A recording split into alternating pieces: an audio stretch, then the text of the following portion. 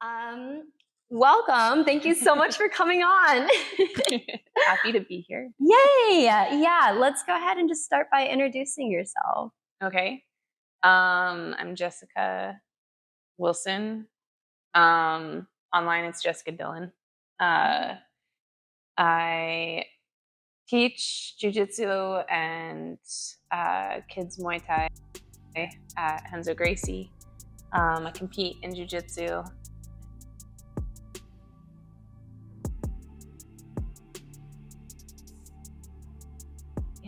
Awesome. I hate introducing myself. It's like the most awkward thing. Like I feel like it's weird. It's like I don't know. Yeah, I feel like every time I'm like, introduce yourself, the person's like, hi. Yeah. I feel like that's the hardest part for them. It's great. I didn't know that you taught the kids Muay Thai also. Yeah. I started teaching adults 2 or 3 years ago now. Okay. I started with kids Okay. back before 2020. Okay. I was a white belt, and my professor at the time, coach at the time, asked me to come in and start helping him with the kids class because they needed the help, and also because it would help me understand better by having to explain to other people. Yeah, for sure. Yeah. Yeah, oh my God, I have so many questions for you. So first, well, first, I just found this out. You're an actress also. Yes, Okay. I am. Not anything that you would know. Okay.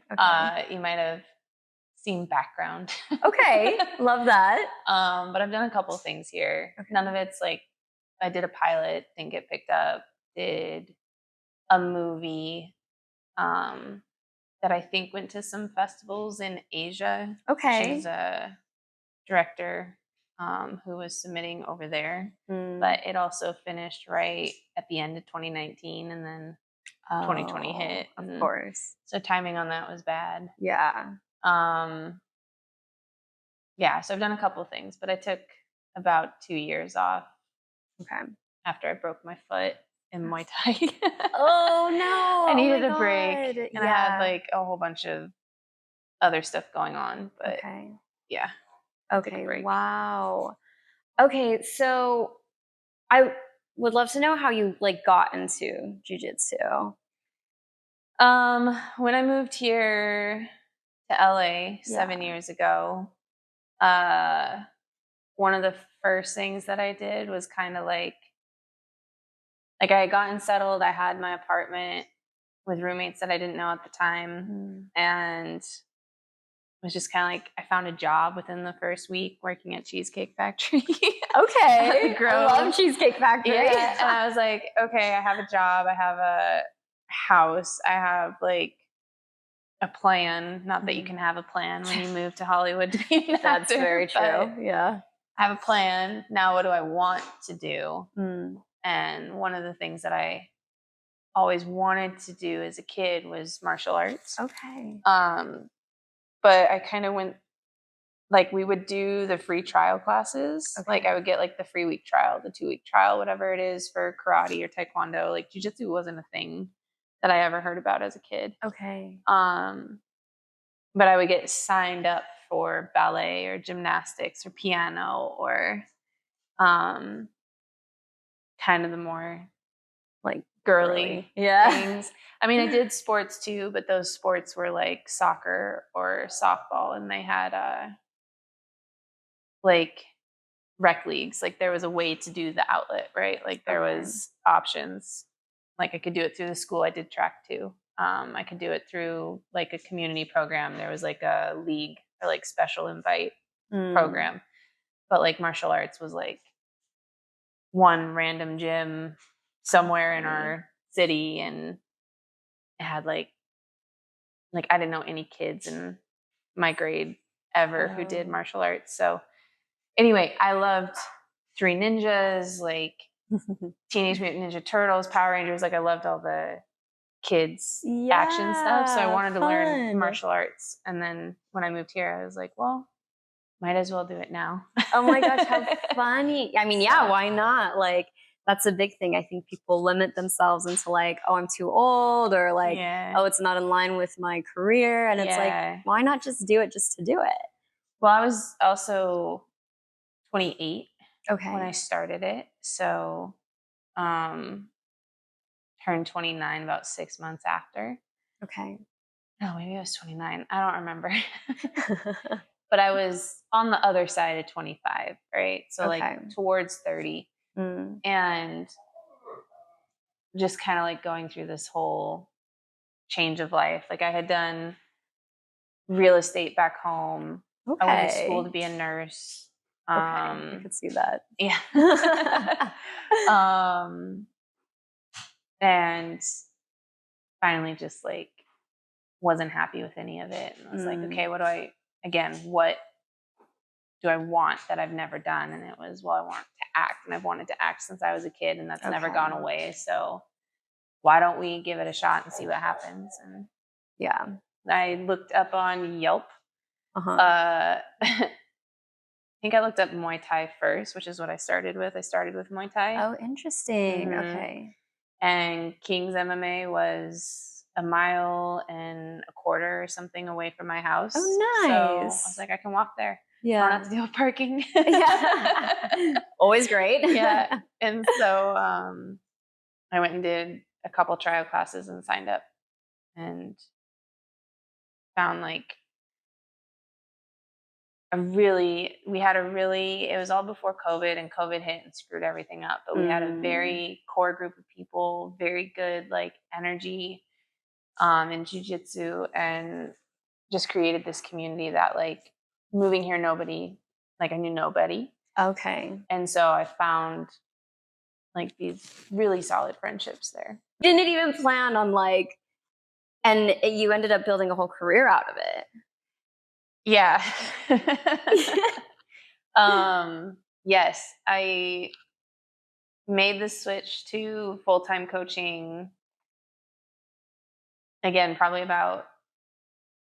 it's so weird the way that time has been since COVID, which is like, it doesn't feel like it's like we anymore. Jumped universes and we're like, where are we? Especially in Hollywood. Yeah, like. For real. So full-time coaching happened about 2 years ago, I want to say. Okay. 2 years ago, because it was probably like 2023. I broke my foot in 2022, so that's wow. That was 3 years ago. Oh my God. Yeah, I mean, it was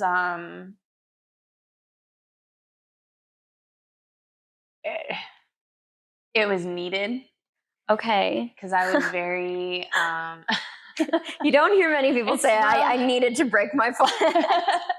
It's one of those things where like, whatever you believe in, like if everything is telling you to take a break and you don't take a break, something will make you have to take a break. And I was very much at that point because I was going through a really bad breakup with someone who had been at the gym, left the gym, a whole bunch of drama came out.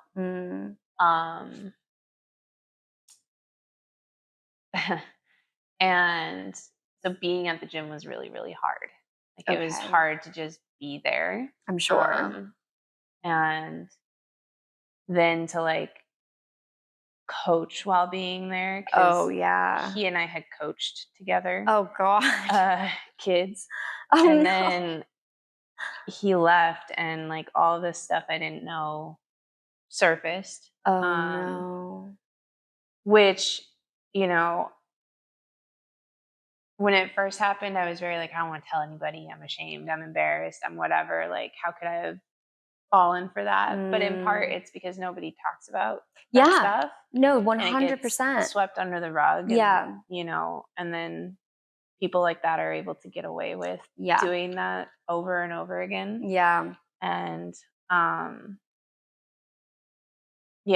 so anyway, it was just really hard to show up every day. Yeah. And then to show up and like I was showing up to coach because it was my job. Yeah. And then to try and show up to train, like I had lost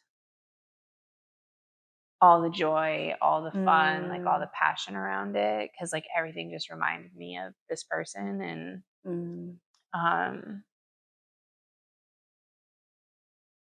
then we were sparring and weird trip sweep attempt thing, and my foot just kind of rolled the wrong way, and I broke the outer bone. Oh. And I was also bartending at the time. So I literally like Monday through Thursday, it was like a cafe setting. So I would be there at like 6 a.m. I'd have to open at 6, and it was in Beverly Hills. It was at like a fancy hotel. Oh, okay. And so in the morning it was cafe. So I'd be really, really early, but I'd get off in time to go coach the kids. And so I'd be working from like 6 a.m., get off at 6, make it to the gym by 4, go straight into coaching 4 to like 5-year-old, 6-year-old, 7-year-old. So you have to go from like people pleasing, Beverly Hills people pleasing to now I have to interact with children. Then I have to interact with teenagers. Oh my gosh. And then like after those 2 hours of coaching, like, okay, well now from me, do I want to train? And so I was getting to the point where like just burnout. Yeah, major burnout. And my and I hated that job in Beverly Hills. It was like like I've done so many service industry jobs. It was the worst one I've ever had. Really? Ever had. Absolutely terrible. And not because of like you would think in Beverly Hills it's because of the clientele, and the clientele were whatever. And honestly, like it's interesting how like the more famous you get, like there's this expectation that you're going to be a dick. But the more famous people, like the A-list people that I did actually interact with were very nice.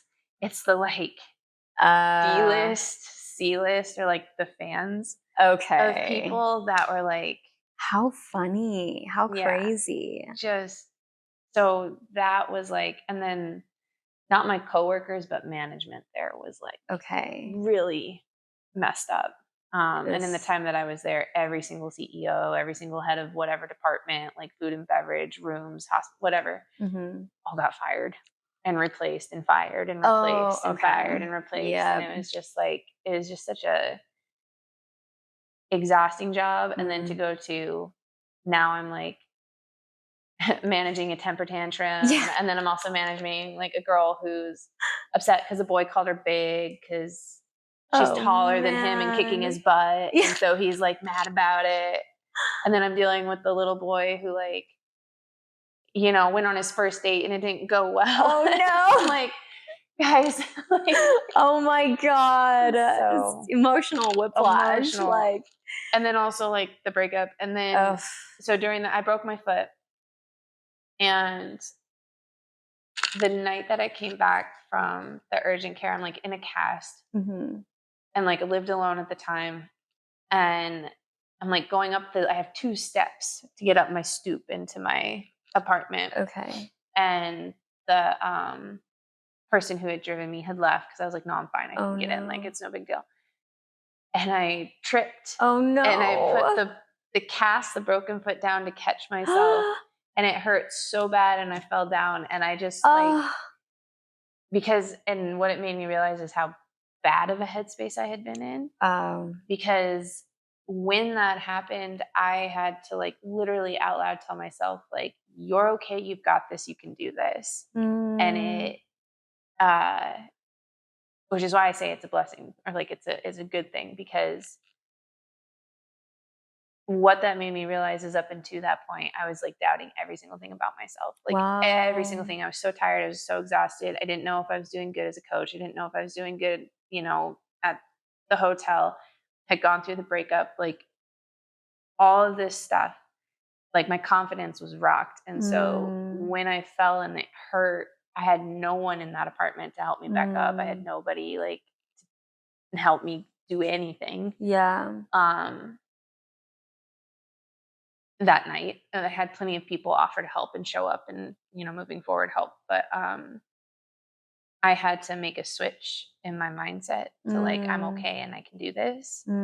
And then I had to slow down for, I think it was 6 to 8 weeks. I can't remember. It was one of the two. And I had to rest and I had to stop and I had to and at first I was trying to show up with my foot in the cast, like in the walking cast, because the actual cast didn't stay on very long. But I was trying to show up. I was trying to watch the kids' classes. I had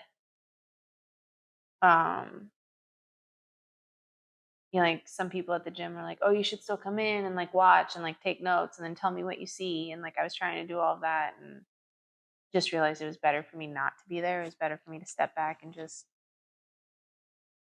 recompose myself, chill out. Yeah. And I also deleted Instagram at that point. I had no Instagram for about a year and a half, 2 years. Wow, that's a long time. I didn't want it. I only turned it back on for coaching, and I'm very I try very hard to be intentional with it. Okay. Because before that, with the acting piece of it, as I'm sure you know, there's so much. I would say it was more prominent right after COVID or during COVID, the follower count, how many, your free advertising, you know what I mean? If you have 1 million plus followers or 20,000 followers, and I book you in something and you post about it, then I know that those 20,000 people are going to see it. And so moving up to that point, before I deleted it, I had a couple thousand, I don't remember, but I had a few. And I had them through jiu-jitsu, but I also had them through posting. I used to post way different content. Okay. Photo shoots and modeling and all that stuff. And for me, when the break, the foot break happened, I realized I was posting to try and make myself feel better. I was posting the pretty picture. I was posting the sexy picture. I was posting the whatever picture because I wanted the likes, because I was sitting alone, couldn't move or do anything. Felt I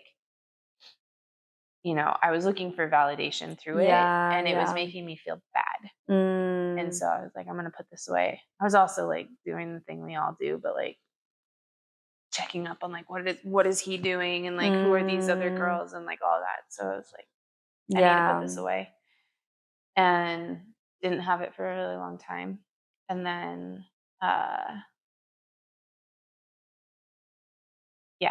it is now jiu-jitsu.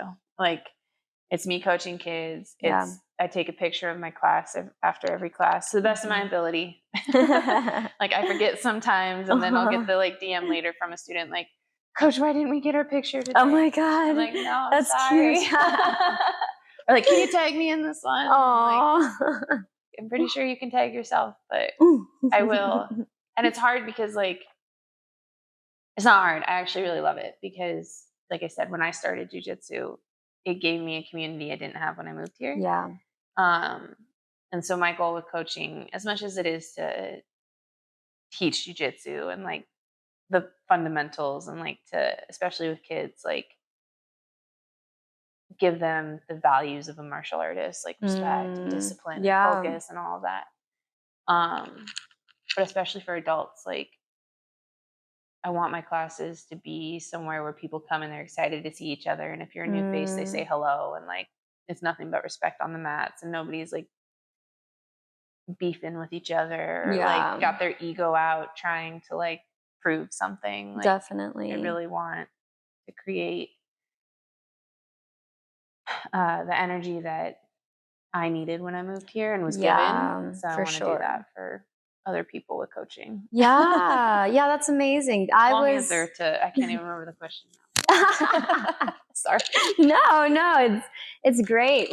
I was sent to Renzo Gracie specifically because I was told this is a really respectful community, and because I was nervous. I was touching and wrestling men on the floor, and obviously with my career, I have to deal with a lot with men. And so the thought of having to interact in very close proximity with them was like, why should I do this? Yeah. But I was sent there, and I haven't been there too long, and I kind of have a rule for myself that I pretty much like go in and get out, primarily because I'll stay and talk to the girls, but I'm not trying to socialize with men at all, like, because I feel like it's easier to fight and like kind of wrestle them when they know nothing about you. It's just having that level of unaccessibility. But I was really curious to know, obviously it's difficult getting respect as a woman sometimes. So, I have kind of like several questions, but how is it for you interacting with the men in the gym? Because you're there all the time, obviously they all know you. Both like, with other coaches, with students, and just, doing jujitsu and having to be in these like close up, like very close physical contact. But, with the goal to train jujitsu, has it been like just a very respectful journey? Has it maybe um, altered your view of men in any way? Or is it still a struggle? I mean, you touched a little on like, you dated somebody in there, but I guess that's kind of like two questions too, like in general, but then also in dating, like, Well, that person's no longer allowed at the gym. oh, wow. Okay. So even when they come back to visit, they're not allowed back in the gym. Got it. But part of that change came from me speaking up to the owner because, yeah, not to like get into anybody else's business, but so I've trained like consistently at 2 gyms. Okay. But I go to a lot of different gyms. Mm. Like I'll train at a lot of places, but as far as like where I get I guess 3 now because my professor's at Lobos. So I train with Leandro Gomez, and that's who I started with at King's. Okay. And he has never made me uncomfortable. He's never crossed a boundary. He's never like it's never felt inappropriate or anything like that. And at Henzo's with the owners, with the people who are there now, like I have no issues with them. And when I brought to the owner, hey, this guy's doing like this is what happened to me. Like I hate to out myself, but like he had women like paying for everything. Like I paid for part of his rent. Like I paid for part of his deposit. Like, yeah. And because he's like, oh, I'm out of money. And like this jerk had started a GoFundMe and raised like $4,000 to move himself across the country. And within like a month of being gone was like messaging with me like, oh, I had to abandon my dog and I'm staying at this hostel and they're going to kick me out because I'm out of money and I don't know what I'm going to do. I found a spot, but I don't have the money for the deposit or the first month rent. And I'm just like, in my head, I'm like, let me help you. Don't ever help someone who can't help themselves. But I'm not so like that happened to me at the end of my relationship with him. Okay. But in all that time leading up to it, he had been using other women at the gym for the same thing. Like I talked to one of the women and he had given her the same story and she had given him money and someone else had paid for a few things that I know about that, like, again, it's not my story to share for everybody else. Was he dating all of them or just dating you? I know for sure at least 2 others thought they were dating him. But anyway, so he's gone, and he was a problem. And Yeah. now that like, but it took speaking up about it for like me to even know that he had that history, because I didn't know any of that history. I knew he had dated 2 different people at the gym in separate relationships, and that one of them had chosen to leave, but I didn't know the details behind it. And then I ended up talking to her and found out a bunch of stuff. So like, oh no. you know, so people like that exist. And then I've been to other gyms where, and we've heard the stories, and I don't know if you have, like, but there's plenty of women in jiu-jitsu who have brought up like, or Muay Thai, who have brought up, you know, people at their gyms who are either in a position of power or higher rank or whatever, and they're being inappropriate with the women. I do think that we do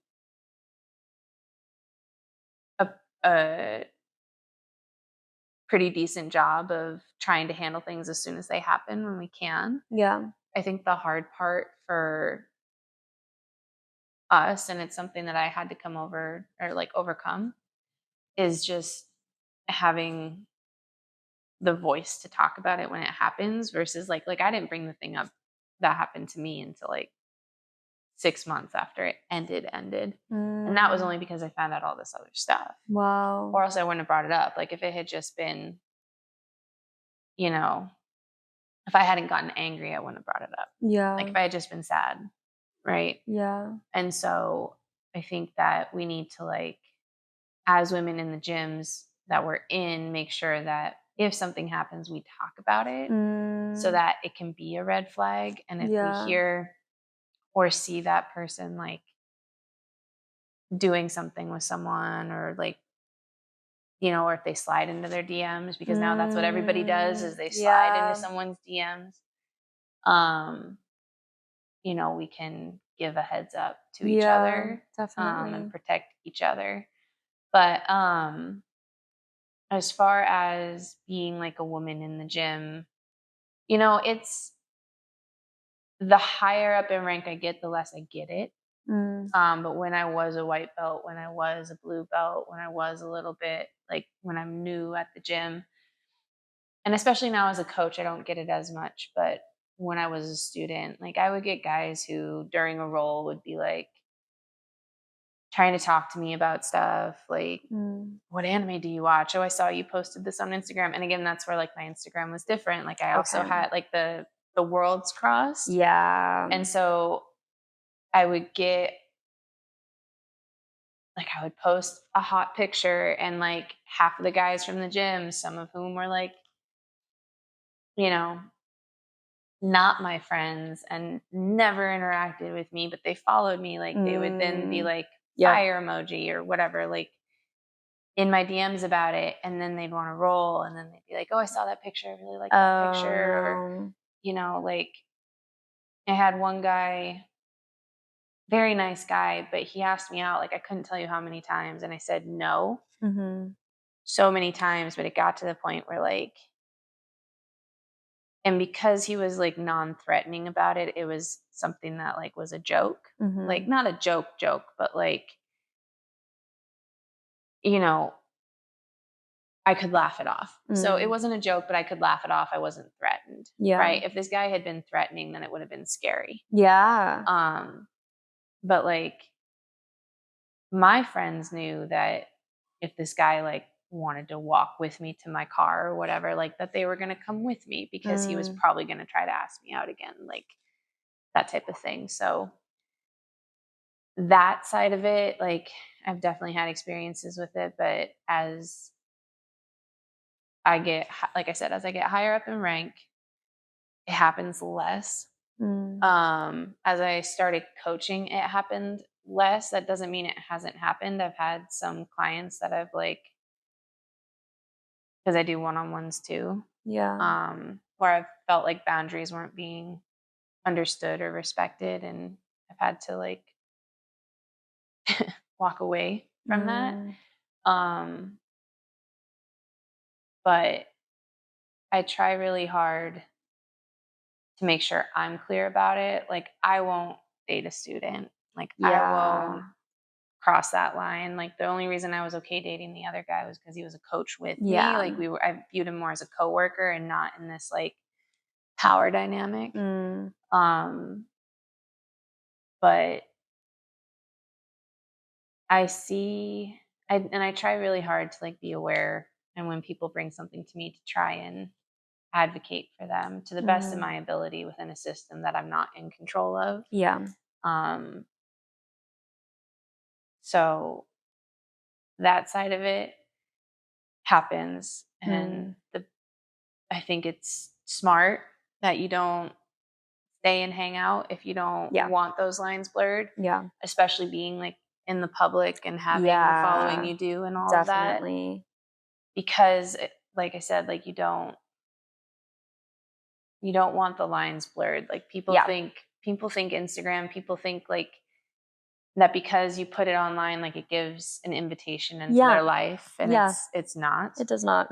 And it's not like I posted a hot picture. That doesn't mean I'm looking for you to like come in, like get in my space and tell me how hot it was and that type of thing.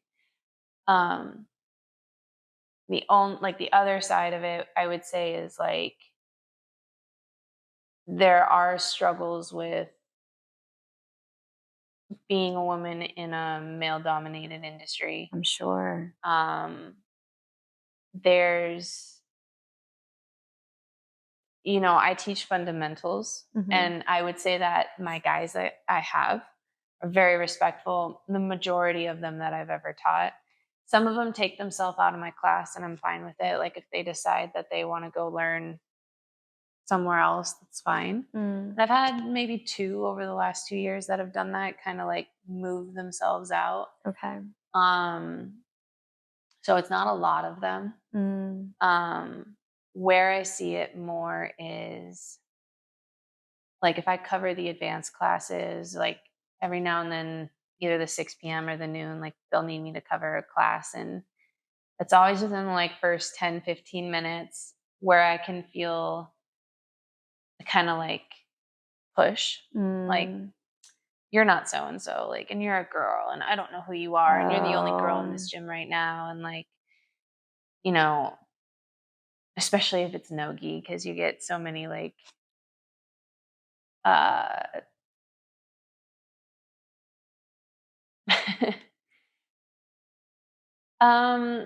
like a lot of guys who do really well because they have a lot of strength and a lot of athleticism. And so when I start to teach something that doesn't require them to do strength or throw someone around or pick someone up, like I'm like, okay, here, we're going to do something technical. Yeah. And I kind of get a little bit of that pushback usually until about halfway through. And then I'm getting the guys being like, oh, wow, this is really cool. Like, thanks for teaching me this. Or like, that was a really great class. Thanks so much. Like, but it's always that little bit at first where like they don't want to like even really say hi or like listen. And what I'll do, funny. What I'll do a lot of the time is I'll make sure that like if I'm feeling that energy from someone, I'll make sure to like correct something they're doing. Okay. And do it to them. Okay. And then they can like, this sounds odd, but like, especially when they're a lower belt than me, right? Like, so I can't do it with everybody. Yeah. But I'll show them what I need them to do and how easy it is when you do it right instead of trying to muscle it. And then you kind of always see their eyes go, like, why did that work? It's like funny. Because so I get that pushback sometimes there, that kind of like, especially when like I'm literally the only person in the gym who's a girl. Like we have a couple of like solid girls that show up every class, but if they're not there and I'm the only person in that gym, and then I'm covering a class where usually it's a male instructor, sometimes I'll get the like, who are you and why are you here? Like I didn't come here to learn from you. Yeah. But it's fine. Yeah. How funny. Or I'll get a little annoying though, but it checked my ego a lot at the beginning. Like it made me very like up in arms, like Why don't you want to learn from me? And now Yeah. I just kind of view it as like an opportunity to show them like, hey, you don't need to muscle this. You don't need strength. You don't need, like, yes, on some levels you do, but like, I just view it as an opportunity now to kind of like show them or show whoever needs to see it. Like, you can be the smaller person. You can be, you get to like kind of check them because you already know that you know more than they do because you're the teacher. And then the open mats afterwards, like I will stay and roll. But I also like, I say no a lot now. Yeah. Which is something that I've had to like build up the confidence to do over the 7 whatever years I've been doing this. Because at first I said yes to everybody because I didn't want to be seen as the girl who was scared or wouldn't roll with anybody. So I said yes to everybody. And yeah, you get hurt. Oh. So now I say yes to the ones I want to say yes to, and I say no thanks to the ones that I don't. Yeah, definitely. So yeah, I feel like having that line is important. Yeah, it is. It's not something that everybody's comfortable doing. Like, and men or women, like if you aren't comfortable rolling with someone, you don't have to. You don't have to. Definitely. You don't. If you're worried about getting hurt, if you feel like a boundary is not being respected, like if someone's in your DMs making you uncomfortable, like, you can say no. For sure. So. Yeah, I feel like that's just a huge thing in life too, is like you're allowed to say no. Even if it's like a structured class, like your body is your body, you're always allowed to say no. And if somebody's making you feel otherwise, then that's not a place to be. Yeah, 100%. One of the things we have the kids do too is practice yelling no. I haven't done it in a while, so I should probably have them do it soon. But it's kind of that like when we try to mix in some self-defense, like just telling them to get loud. And it's funny because these kids are at home like screaming at the top of their lungs. Yeah. Loud. Parents are like, stop screaming. And then you put them on the spot and you're like, okay, now do it. Someone's going to grab your wrist and you're going to yell, no. And like you show them how to break the grip. And they'll just go, no. And I'll look at the parents and I'm like, parents, can they be louder than this? And every time the parents are like, gosh. like, yell like you do at home. That's so funny. So, but that's the point, because especially with like little kids, if an adult grabs you, like you have to have the there's a word for it, but you have to have the authority, I guess, over yourself to be like, no, like, that's not okay. Yeah. And so we try to teach that so that it's not so. That's like if anyone ever tries to grab them, it's not like, oh my God, I freeze. It's like, no, don't touch me. Yeah. Practicing to say no is an essential skill. Like, I think I haven't really learned how to do that until maybe like a year ago, honestly. And it's the most important thing to know how to do as an adult. As a kid, it's still important, of course, but you at least have the protection of your parents most of the time. But it's such an essential skill. Yeah. Such an essential life skill. So, so in jiu-jitsu and like in the competition world and everything, like I honestly didn't even know what jiu-jitsu was until I was told to go to the gym, and I was like, oh, okay. So what is like the world of, like we talked a little before, and I know you mentioned like even in that world, women are still getting sexualized as well. Yeah, so it's more online. Okay. Like you'll see, I can't remember what it was, but there was a photo that went viral probably like 3 or 4 years ago, or at least I became aware of it 3 or 4 years ago, and it still like does the resurface. It has like it'll go away and then it'll come back. Okay. Of this woman competing in the gi. She's wearing a sports bra underneath, and like with IBJJF, men aren't allowed to wear rash guards underneath their gis, so they always have no rash guard. Yeah. And then girls can wear a rash guard or a sports bra, like, and a lot of the time it'll come down, at least for me, come down to weight. Like, am I on weight? Is the rash guard going to be extra weight? That type of thing. Excuse me. But she's trying to pass someone's guard or something, but the woman's foot is up and the gi has gotten pushed open and the foot is pressing against her chest and it's made her cleavage come out. Yeah. And when you read the comments of it, it's just like men being like, man, I'd love to spar with her. I bet she's a fun role. There's a submission called Mother's Milk. She can Mother's Milk me any day. Like, and one of the times that I saw it, I made a comment on it about something. And this was also, again, back when I had a ton more followers. I had like a video I did during COVID that got a lot of followers because it was like one of those transitions where you go from gi to like being dressed up to go out. And so I got quite a few followers from that, from the jiu-jitsu community. Okay. And the replies that I got, I said something like, it'd be nice if she could just compete without, men looking at her boobs or something like that. Oh. And the responses were just like, take a joke, like, let it go. It's not that serious, like that type of thing.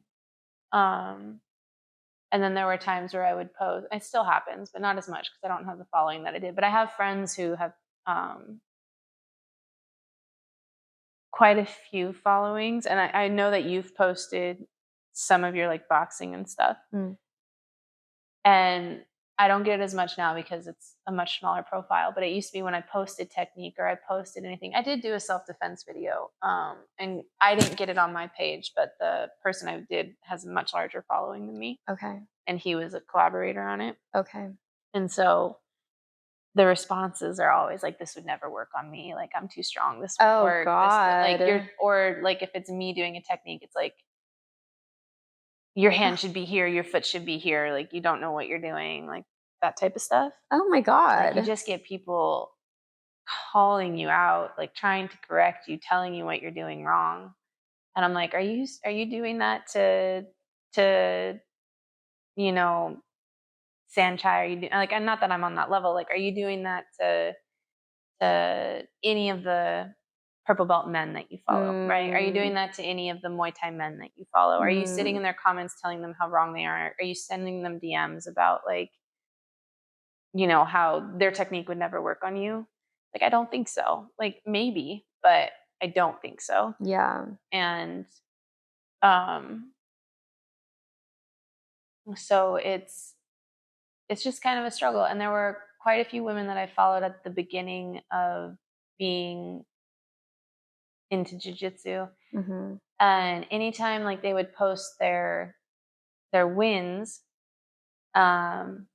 or training or whatever, like they were dressed normally, but anytime they had a sponsorship post that they were doing, like be it for a gi or for a supplement or whatever, like then all of a sudden they're, in small sports bras and they've got their full glam and they've got like everything done up. And those posts get like all the likes. Yeah. And it's like, if you're, it's not all only, but especially I think as you're coming up. Yeah. If you want sponsorship, if you want someone behind you, you are kind of expected to, and you're a female, you're kind of expected to play to your sexuality, to promote their brand. And I like, just having come back from having an Instagram that kind of towed the line between the two, it's just not something I'm willing to do anymore, especially now because I coach kids. Like, I have so many kids and parents of kids and, people that like, I don't want I don't want that content Yeah. out there. I don't want the kid that I've coached since he was 5, who's now like 12 or 13 and getting an Instagram for the first time to see that. Or, it's like, I don't have a problem if you choose to do it for yourself. That's fine. But like the Shoyo thing and it's not to call out Shoyo Roll. It's just because I love that brand. I love the company. I love their gear. Yeah. There was just a few posts where the men in the posts were always in the gear, in the gis, and then the women were like, the pictures of them really didn't have anything to do with jujitsu. Yeah, that photo you showed me, was that a girl who does jujitsu, or was it? I know that there was, I think there's another girl in that post who's at a microphone, and I know she was tagged in it. Okay. But the first girl I don't think was tagged. I think she was just a model. Okay. But I'm not 100% sure. And again, it's not to call out Shoyo Roll or anything. For sure, it's yeah. It's just like, for me personally, like, I just kind of wish that we could get the same attention without like having to do it that way. Yeah. Again, if you want to post a sexy picture, I don't care. Like, by all means, go for it. Like, it's your body, it's your choice, what you put out there. Definitely. I just would like the little girls that I coach to go to Shoyo Roll's Instagram, who like the ones who are like 14, 15 and into jiu-jitsu, and I'd like them to go there and see, pictures of women kicking ass instead of pictures of women covered in paint with their legs open. Yeah. Yeah, definitely. So that's just where I'm at. Yeah. I get it. I think that's been like a struggle for me that I've noticed as well, is that, my Instagram took off, and it was in the pandemic that it happened. And I got sucked into the modeling world, which was never my plan. But, whatever, it was great. I started making a lot of money, started traveling the world, doing all this stuff, kind of went with it until I really hated that world because it's a lot. But then one day Instagram decided to change its rules, and it was like, okay, we're not allowing all these things anymore. And all these things were the things that got my content to go up. So I'm like, okay, well, now I have to change my content. So I would try to post something different, and the engagement plummets. And it puts you in this it puts you in this feeling of almost like, I can't win. It's like, do I become more conservative and play your game? But now, I guess because I started a certain way, I can't really succeed because this isn't why people started following me. Or do I just keep doing what I'm doing and just kind of dance on the line and hope I don't get deleted, and now I'm kind of stuck here.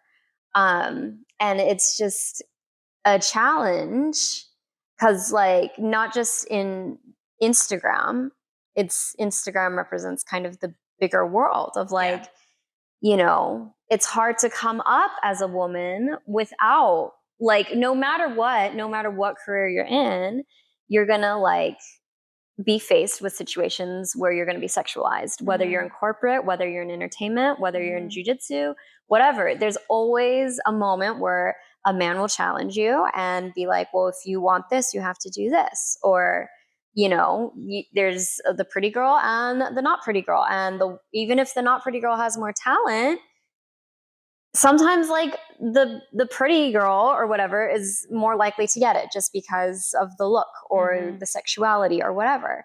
And it really puts us in. And then once you do sexualize yourself, you get criticized. Yeah. And so it's a very, like, it's an impossible kind of world to win in. It's like, become sexualized, get criticized, get looked down on, but get successful. Don't. And struggle your way through with whatever you've got. And, you can still become successful, I'm sure, if you're like a neurosurgeon. But it does make it very challenging to succeed. Yeah. And I think I did watch some of the clips from your show. And I think in one of them you said something like, you get criticized until you get to a level of success. Yep. And then once you get to that level of success, all of a sudden it's okay. Yeah. Right. Exactly. And so you have to, like, if you're going to use it, and again, like, use whatever tools you're comfortable using. Yeah. Right. When I first moved here, that's the route that I went, was like, okay, I need to build this following. Well, what's getting my engagement? And it's either the pictures of me in bikinis in a beach, Yep. like, or it's transition videos where I'm, you know, in a gi and then all of a sudden my hair's done up and I'm like, Yep. you know, ready to go out. Or it's jokes about, like, and there was one audio that went viral for a minute that was like things I wish my boyfriend did, and then it would be like a list and it said exist. And like all of that stuff would get me all the engagement. Yeah. Right. Yeah. And so you do play into it, and that's okay. But then you, like, until you get to this point, Yeah. this is negative. Yeah. This is you're trying too hard. This is you think you're hot. This is, you know, you never used to post stuff like this. This is the people that you know from back in the day unfollowing you because they don't want to see it anymore, but you're getting all these followers from posting it. So it's like, do I give up, you know, like, not give up, but do I get hurt by the fact that the people that I was friends with for however many years are unfollowing me because they don't want to see me like that anymore? But it's getting me like however many thousand followers, like, and how do I use it as a tool? And so I agree with that, because if you think about, and it's also like, again, as someone who coaches kids,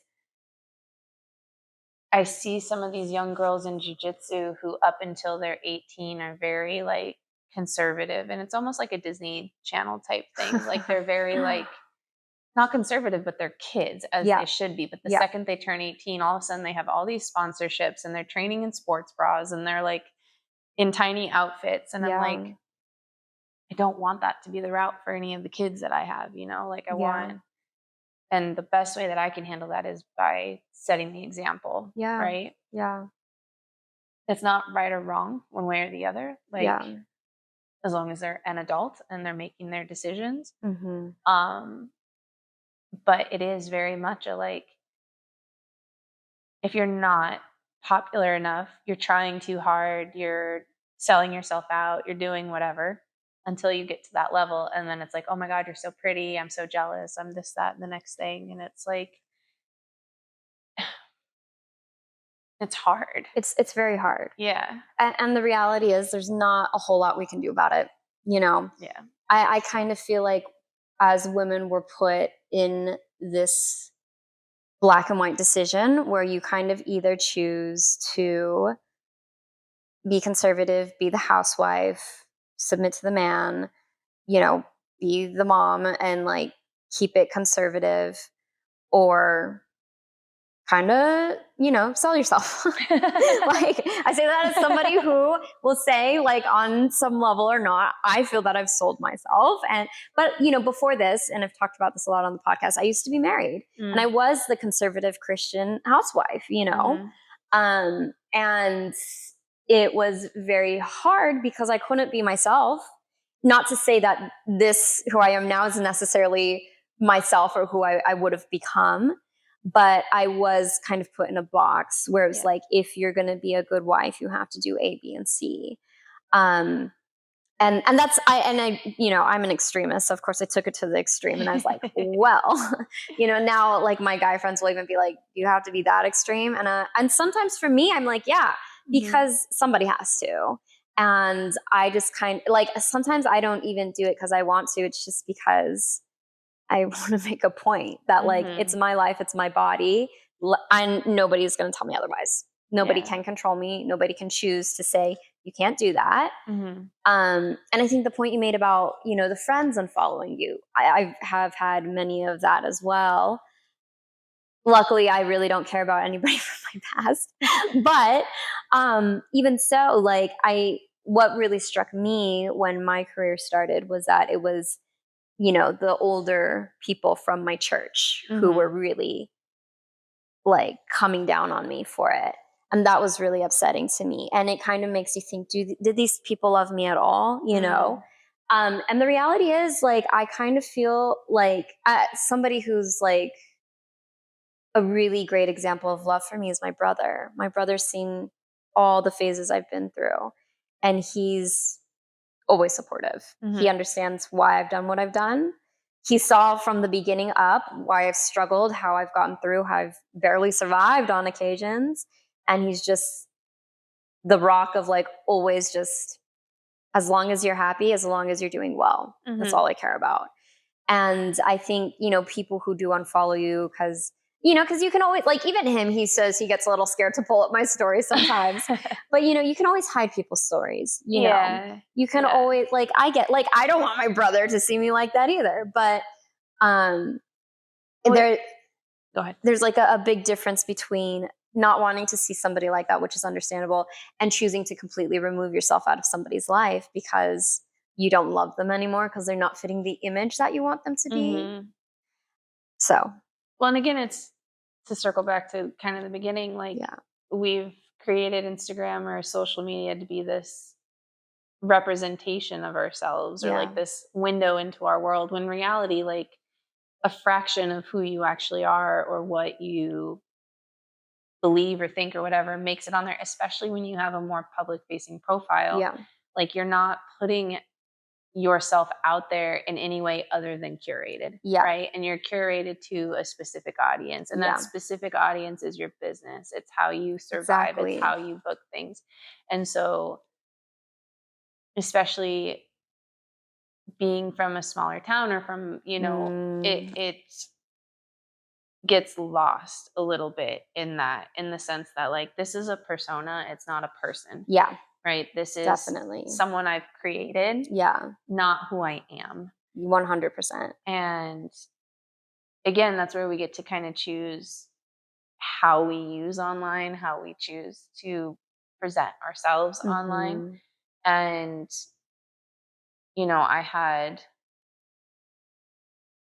I had one version of that, and that version made me unhappy, so I deleted it. And that's how and you the can. internet works. Because it's not a real person. It's not at all. And now the person that I am online, to the best of my ability, is someone that I'm not worried a student is going to find. I'm not, worried is going to give anybody a complex, is going to make anybody feel uncomfortable. It's not someone that I think is inviting, men or whomever in to harass me anymore. But the internet it's not real.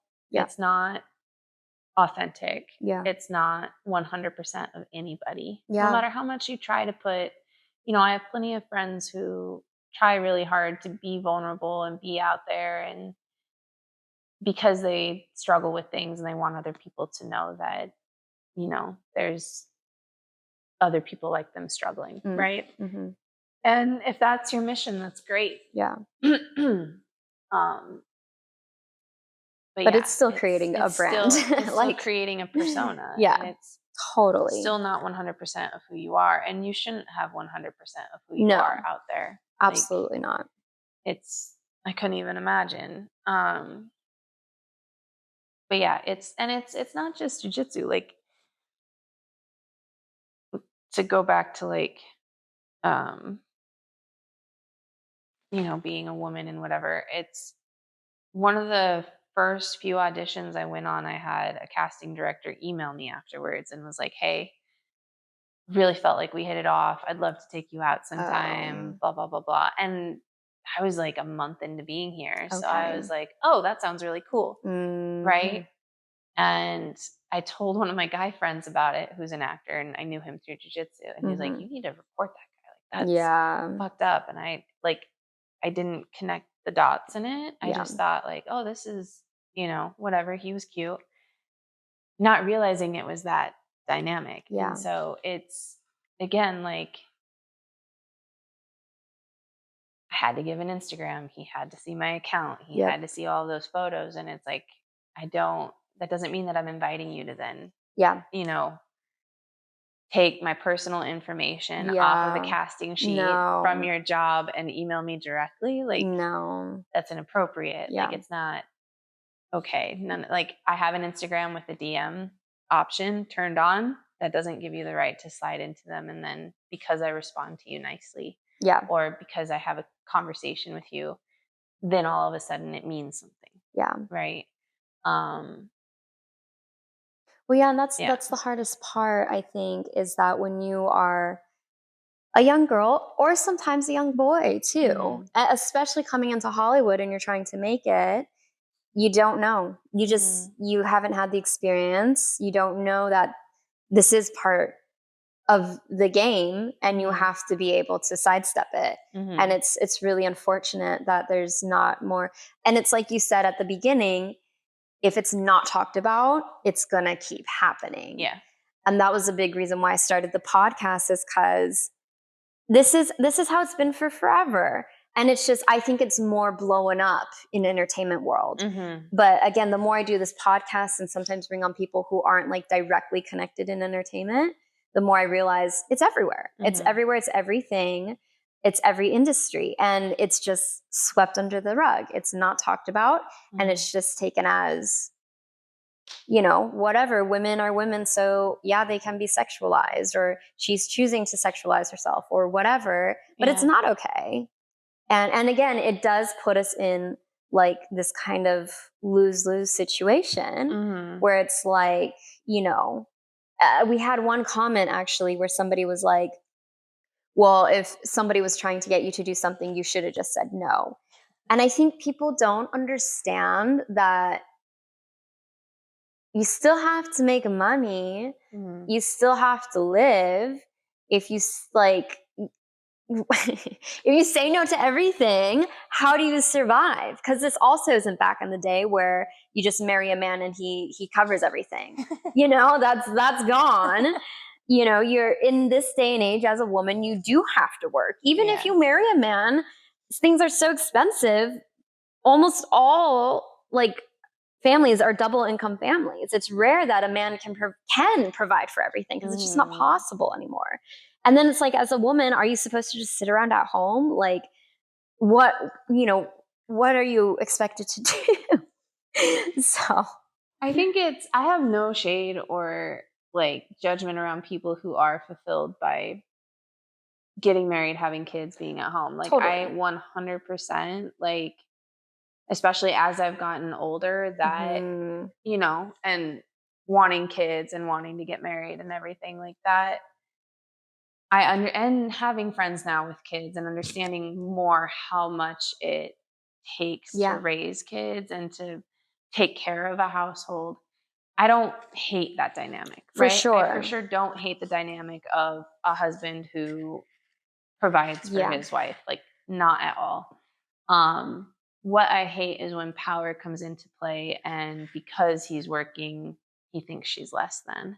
Yeah, right? definitely. So I'm working all day.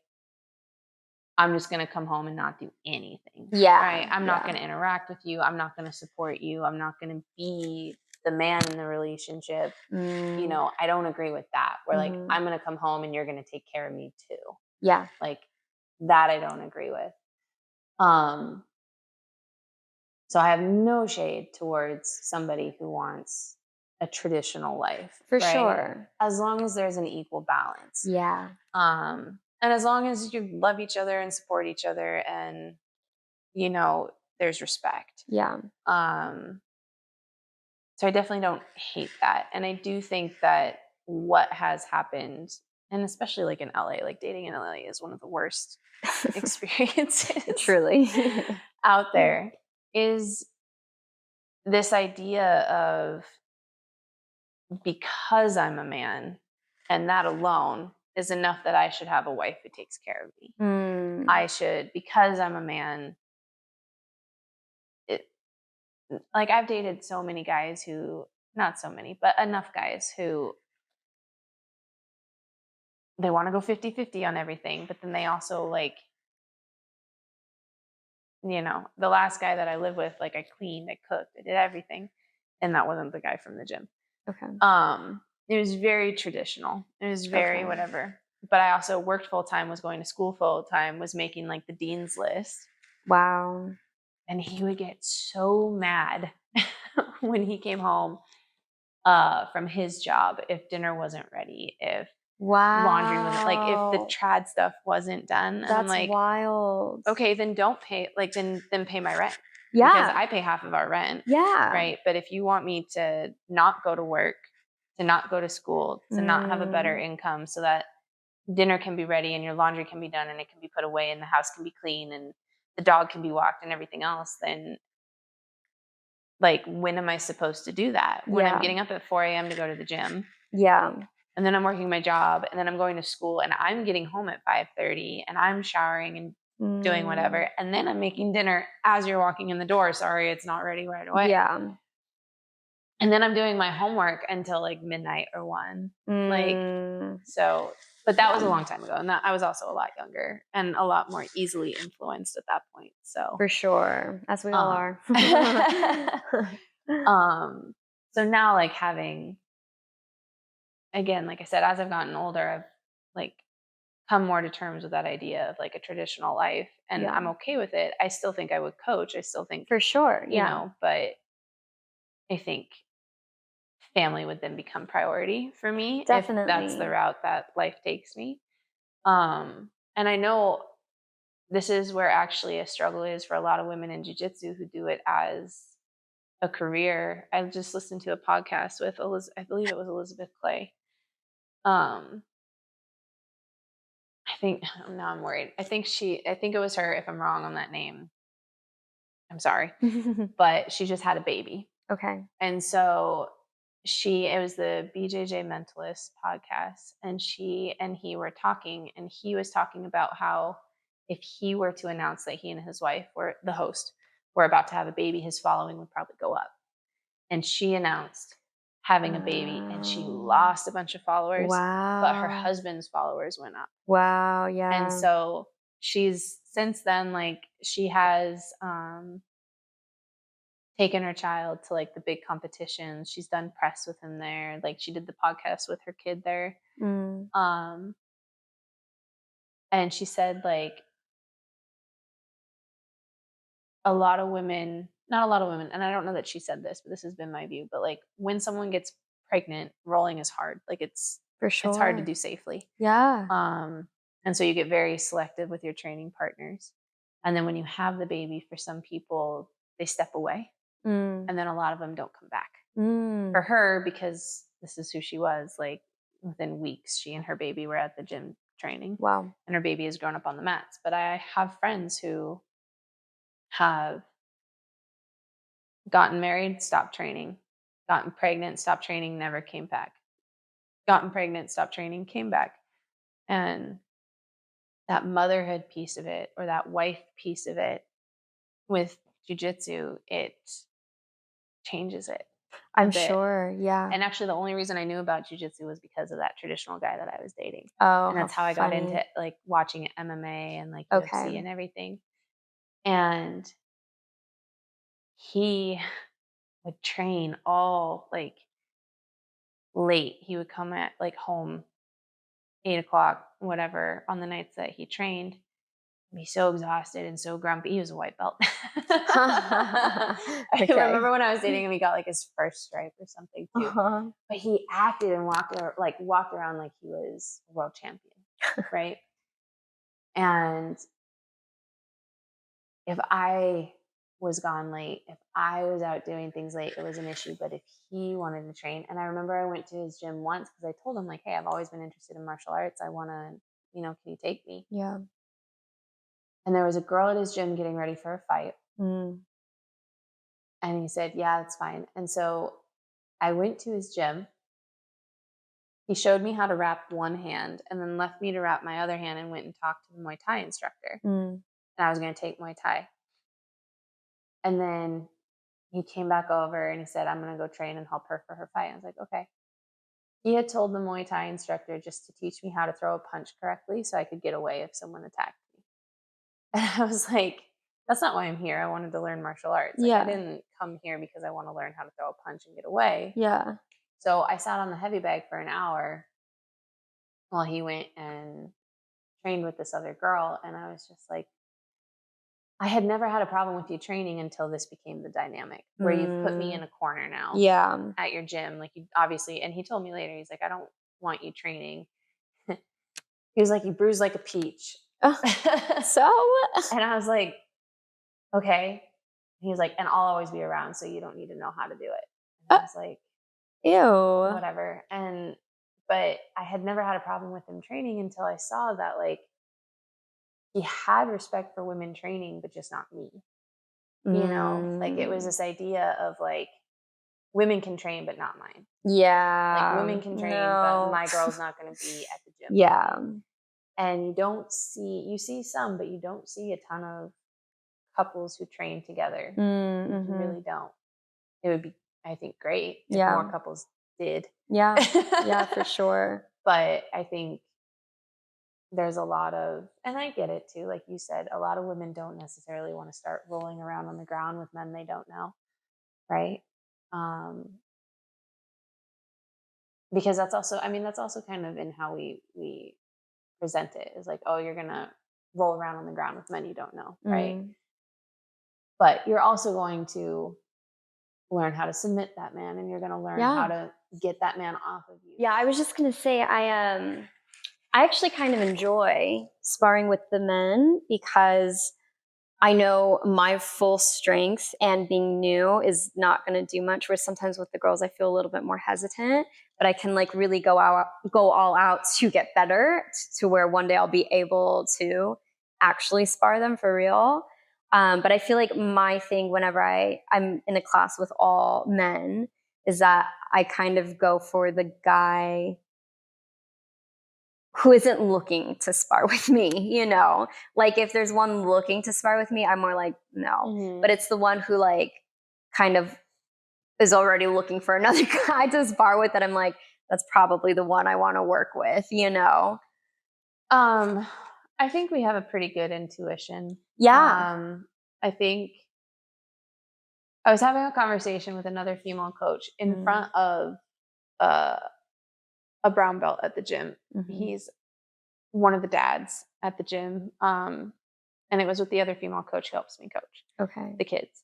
And we were talking about the negative experiences we've had rolling or with coaches or, whatever has made us uncomfortable, right? Especially coming up. And there's this joke too, like it's the stuff that doesn't get talked about, but there's a joke where like, if a new female white belt joins the gym,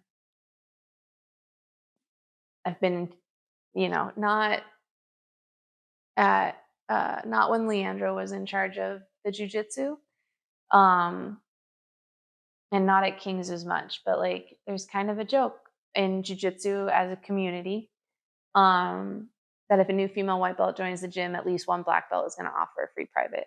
And it's like, why are you offering free privates to the females? And like some females will capitalize off of that and they'll take the private because they want to get better. Yeah. And as long as they use it to their advantage and don't get taken advantage of, then that is what it is. But when a black belt is using a dynamic of teacher, coach, whatever, to kind of build this you're special, I'll teach you relationship, and that's at like least cringy, at worst predatory, right? Definitely. So, and if you're a black belt who does it and you're coming from a good place, just understand like it comes off cringy. Those of us who and it shouldn't be a joke. Like if you're gonna give someone an hour of your time, charge them for it. Yeah. Right? It's just the reality of it. If you want to help someone after a roll, whatever, that's fine. It's public. But if you're inviting someone privately to come and train with you, then to me, that's a red flag. Yeah, definitely. Definitely. So I don't remember where we were with that, but I know we got a bit thrown off, but I did want to piggyback off of one thing you said earlier, because this podcast it's not like saying what gender roles should and shouldn't be. It's exploring, especially with how things have changed with women working. Like, I think you made a great point. Like, I'm very traditional. I love a man who can provide and protect, which people are always surprised of because they're always like, but you're such an independent woman. Yeah, but like, I want to be taken care of still. So I've had some guys come on too. And I've actually have been surprised because some I know what they're going to say. Some I actually expect them to say the opposite of what they said. But so far, they've all been in agreement as guys who are in this industry, who work with women who are in the entertainment industry. They've all said a man should provide and protect, which is really interesting to me. And I think what it really comes down to more than anything else is that it's not so much about what gender roles should be as much as doing it because you want to. And I think that's kind of the key. You know, the guy we had, the last episode we did, he said how his girlfriend made more money than him, but he still paid for everything. And because he wanted to, not because she expected it, because he wanted to. And I think that's what it really should. I think the second you start expecting kind of on either end, you're in dangerous territory for a relationship to survive. But I think that when, like with your ex, I feel like he should have been grateful that you were cooking and cleaning, you know, rather than expecting you to, you know, especially because too, it's not like you were just a housewife sitting at home. He wasn't paying your bills. You were still going to school and working and doing all of that. And you are a human. Like, even if you want to do all these things, you're human. So I think it really is kind of putting to rest certain expectations and letting it more be about, you know, what do you want to do? And also being realistic. Like, again, if you're not paying my rent, how do you expect me to have time to cook and clean for you all the time? Yeah. And I think it's, we make protecting and providing solely financial so much. But if in a male-female relationship, if a female has a job that pays more and that is the dynamic, I don't think that that's a problem as long as the man is still providing and protecting what he's meant to provide and protect. Yeah. And it's not always financial. Yeah, that's right? very true. So I think that, especially here in Hollywood, emphasis is so much on money and on what can you give me, not how can you make me feel. Yeah. Right? Yeah. So, and also a boyfriend-girlfriend dynamic is different than a marriage. Yeah. And a life. Very right? true. Very true. So when you reach to that, I'm sorry, that level of commitment where you're like, I want to spend the rest of my life with you. I want to build a future with you and a family. Yeah. Then that's where that dynamic really needs to be talked about. Definitely. And come into play. But we just put such an emphasis on money now. Yeah. Yeah. Sorry. I know you're good. We put such an emphasis on money now that it's like, and everyone, not everyone, but a lot of people are struggling financially. So I get it. Like, it's not anything light by any means. But if you're looking at a man and you're like, you're going to provide for me, and in your head, you're like, you're going to give me all your money, you're going to pay all my bills, you're going to buy me purses, you're going to do this, you're going to do that. That's not looking for a provider. That's looking for a bank. Yeah. Right. Yeah. It's not looking for a partner. So I think that it's like you said, it's expectation. So if you expect me to sit at home, not sit at home, but to be home, creating a home, building a home, like raising the children, doing that, then we need to talk financial, because I can't do both. Yeah. Yeah, exactly. But if we don't have kids, if we're both income, whatever, then it's like, we don't need to discuss the finances. We need to discuss how are we providing for each other. And it's also a woman's, in my opinion, job to nurture and take care and I agree. Be a safe space as well. And to do that, like, again, it all boils down to like communication and expectation and just being honest with each other. Definitely. So traditional gender roles, I think we see it too in martial arts for sure.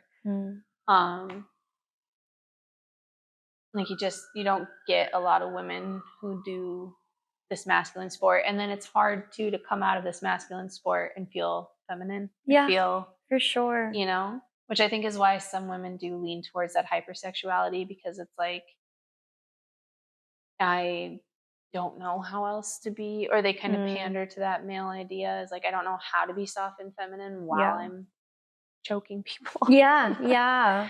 So it's, I think,